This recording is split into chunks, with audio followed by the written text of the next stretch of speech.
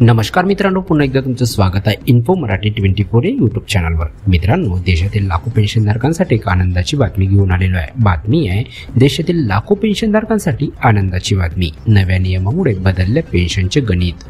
मित्रांनो, नेमकं काय आहे या बातमीमध्ये आपण नक्की बघूया। पण त्याआधी जर तुम्ही आपल्या चॅनलवर नवीन असाल तर चॅनलला सबस्क्राइब करून बाजूला दिलेल्या बेल आयकॉनला नक्की क्लिक करा। व्हिडिओ जर कामाचा आणि महत्त्वाचा वाटला तर व्हिडिओला लाईक करून आपल्या मित्रपरिवारासोबत नक्की शेअर करा। आणि हो मित्रांनो, व्हिडिओला शेवटपर्यंत नक्की बघा, जेणेकरून तुमच्याकडून कोणतीही माहिती सुटणार नाही।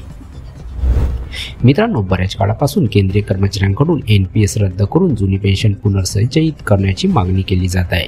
पण सरकारने मध्यम मार्ग स्वीकारला आणि युनिफाईड पेन्शन सिस्टम म्हणजे UPS लागू केली। आता लाखो केंद्रीय कर्मचाऱ्यांचे फायदे लक्षात घेऊन कार्मिक आणि प्रशिक्षण विभागाने एक मोठा निर्णय घेतला आहे। वार्षिक वेतनवाढीच्या फक्त एक दिवस आधी म्हणजेच 30 जून किंवा 31 डिसेंबर रोजी निवृत्त होत असलेल्या कर्मचाऱ्यांना याचा लाभ मिळणार आहे। नवीन नियमानंतर त्यांना पेन्शनच्या मोजणीसाठी नॅशनल इन्क्रिमेंट मिळेल। याचा थेट परिणाम त्यांच्या पेन्शनवर होईल। सध्या 7व्या वेतन आयोगांतर्गत केंद्रीय कर्मचाऱ्यांचा महागाई भत्त्यात वर्षातून 2दा वाढ होते। पहिला 1 जानेवारीपासून लागू होतो आणि दुसरा 1 जुलैपासून लागू होतो। पण कर्मचाऱ्यांची निवृत्ती 31 डिसेंबर आणि 30 जून रोजी होते।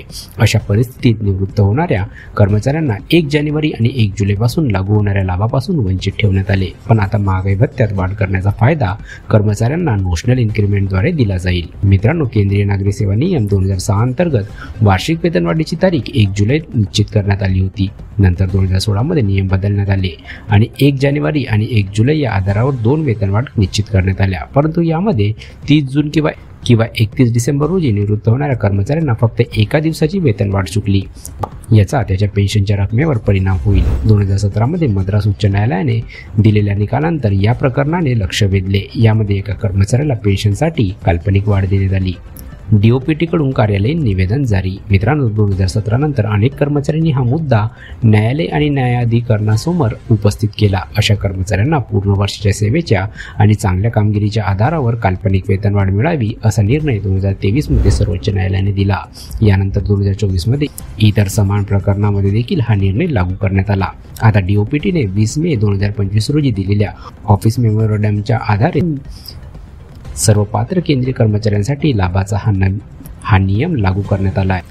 अशा कर्मचाऱ्यांना लाभ मिळेल। मित्रांनो, DOPTच्या मेमोरंडमनुसार ज्या कर्मचाऱ्यांची निवृत्ती 30 जून किंवा 31 डिसेंबर रोजी होत आहे त्यांना पेन्शन मोजणीसाठी 1 जुलै किंवा 1 जानेवारी रोजी देय वेतनवाढ मिळेल।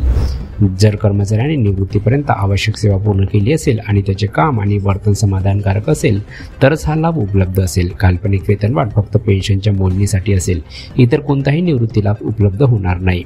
पेन्शनची गणना कशी केली जाईल? मित्रांनो, कर्मचाऱ्यांच्या शेवटच्या मूळ पगाराच्या आणि सेवा कालावधीच्या आधारावर पेन्शनची गणना केली जाते। हे केंद्रीय नागरी सेवा पेन्शन नियम 2021 मध्ये नमूद केले आहे। जर एखादा कर्मचारी 30 जून रोजी 79,000 रुपये पगारासह निवृत्त झाला आणि 1 जुलै रोजी 200 रुपयाची वेतनवाढ मिळणार असेल तर पेन्शनची गणना 79,000 रुपयावर नव्हे तर 81,000 रुपयाच्या पगारावर आधारित असणार आहे।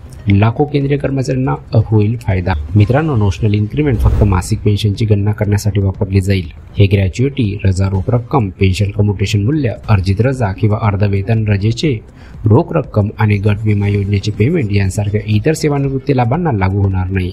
त्यांची गणना कर्मचाऱ्यांच्या प्रत्यक्ष शेवटच्या पगारावर आधारित असेल। नियमामधील बदलामुळे लाखो केंद्र सरकारी कर्मचाऱ्यांना याचा फायदा होणार आहे। यामुळे त्याचा संपूर्ण वर्षाच्या योगदानाचा सन्मान होतो आणि निवृत्तीनंतर त्यांच्या पेन्शनमध्ये वाढ होते। तर मित्रांनो, कशी वाटली कामाची आणि महत्त्वाची बातमी?